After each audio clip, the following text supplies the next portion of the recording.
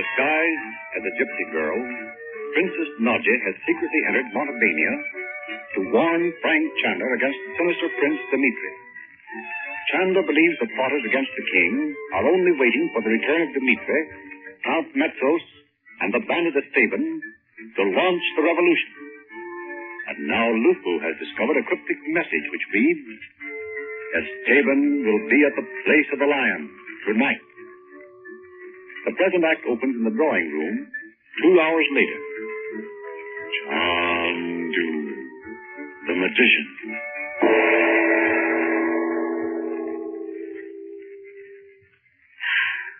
I suppose she'll go right home again tomorrow. Or maybe even tonight. Who, Nazi? Yes. You know, I used to think if I could make her sorry enough for Uncle Frank, she might marry him. Well, you certainly have your nerve. How do you know Uncle Frank even wants to marry her? Anyway, if I was Uncle Frank, I wouldn't want to marry anyone just because they were sorry for me. Girls certainly have crazy ideas. Oh, they don't either. You just don't understand. No, and I'm glad of it. I have more important things to think about. I bet Uncle Frank wouldn't want you to interfere in his affairs anyway. Dorothy, do you know where's your mother? She and Nadja are upstairs, Uncle Frank. Mother's going to lend Nadja some things to wear. She didn't bring any of her own things at all. She left them in that little Austrian village where she met Lupu. Yeah, Mother and Nadja have been up in Mother's room long enough for Nadja to put on every dress Mother has. Oh, no, they haven't. Besides, Nadja had to take that brown stuff off of her face. Well, that shouldn't take long. I gave her a solution of mine to remove that stain. Oh, there they are now. Oh, Nadja, you look so cute. Mother's things just fit you, don't they? I am glad to see the last of those gypsy clothes for a time. It seems kind of funny to see you in American clothes, though, Nadja. Remember the first time we ever saw her in clothes like ours, Mother? Why, no, dear. When was it? It was that night she went out of the palace with Abdallah, and Roxor met them on the street. I thought Abdallah had taken me prisoner and was bringing me to him. And I could not tell him Abdallah was working for you, Chandu. You mean you went with Roxor rather than risk you discovering Abdallah was working for me? Yes, you were gone, Uncle Frank. You were going up to Malta, remember, to find Father. Oh, no, that was before he went to Malta to find Father. He went up to Malta for something else, didn't you, Uncle Frank? Yes. I was called to Malta for a secret meeting. Oh, I remember now. You received a message from the yogi saying Nadja was in danger. And you borrowed a British seaplane to come back to Cairo. But let us not speak of this now. We have so little time together. Tell me of your husband, Dorothy. Where is he now? He's working in Paris on some secret experiments for the French government. But, Chandu, is that safe for him? Those papers of his that were stolen from his home in California have never been found. I know it. And the only reason he's safe is because no one knows where he is. He's been given a laboratory in a secret place. And there are only 2 people who know its location. Does he work there alone? I don't know just what the arrangements are. Leon Dufresne is in charge of things there. Uncle Frank, show Nadja that paper we found under the little statue of the Egyptian king, why don't you? Yes, and show her the statue, too. Yes, I want you to see them, Nazi. Just a moment. They're here. I'll get them. You wait till you see this funny little thing. We found it down in the cellars while Uncle Frank was up in the mountains hunting Estaben, the gypsy bandit. Look, Nazi. Here it is. Oh, it is a statue of Khufu. Why, that's the king that built that big pyramid, isn't it? I mean, the biggest one of all. Yes, and he is also believed to have built a small pyramid where we have held our meetings for many years. Look at this paper, Nazi. There's a lotus flower drawn on it in invisible ink. I developed it the other night when we found the paper, but it fades out after about 5 minutes. Oh, lotus.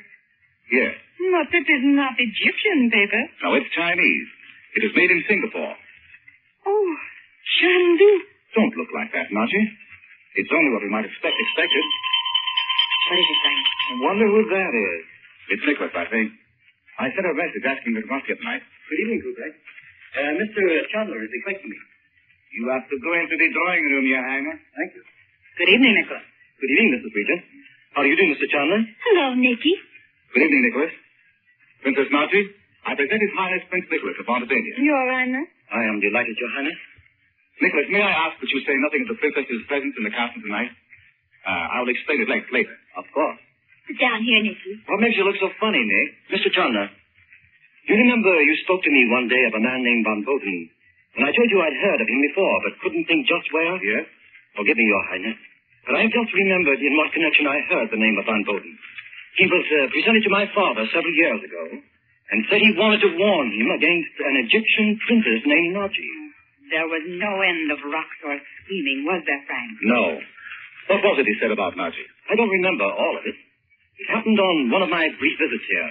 You see, Your Highness, I've been at school in Paris for several years. Yes, I see. But as I remember it, this von Boden said the Princess Naji was a brilliant political schemer who had some connection with a crowd of international plotters.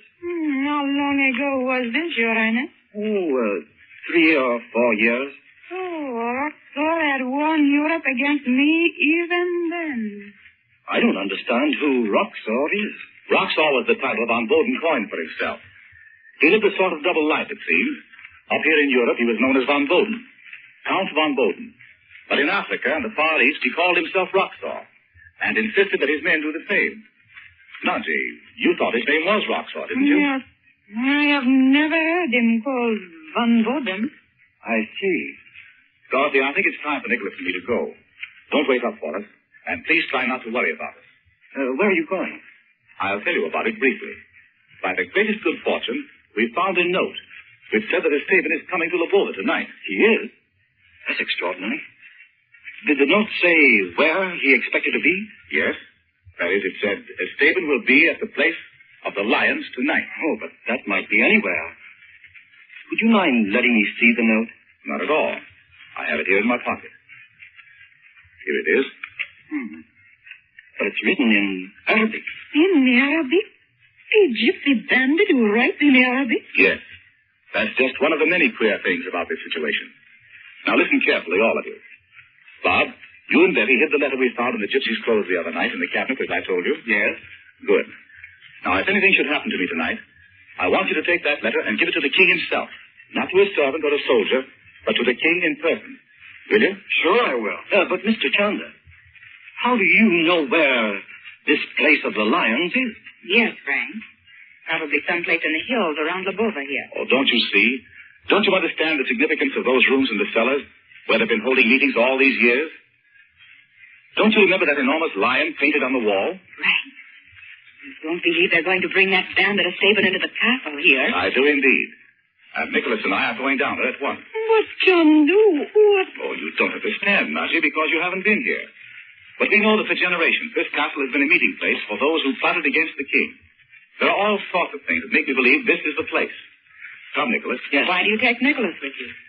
It's most important that when we discover the real identity of Estaben, I should be accompanied by someone whose word it would be impossible to doubt. Come along, Nicholas. Of course.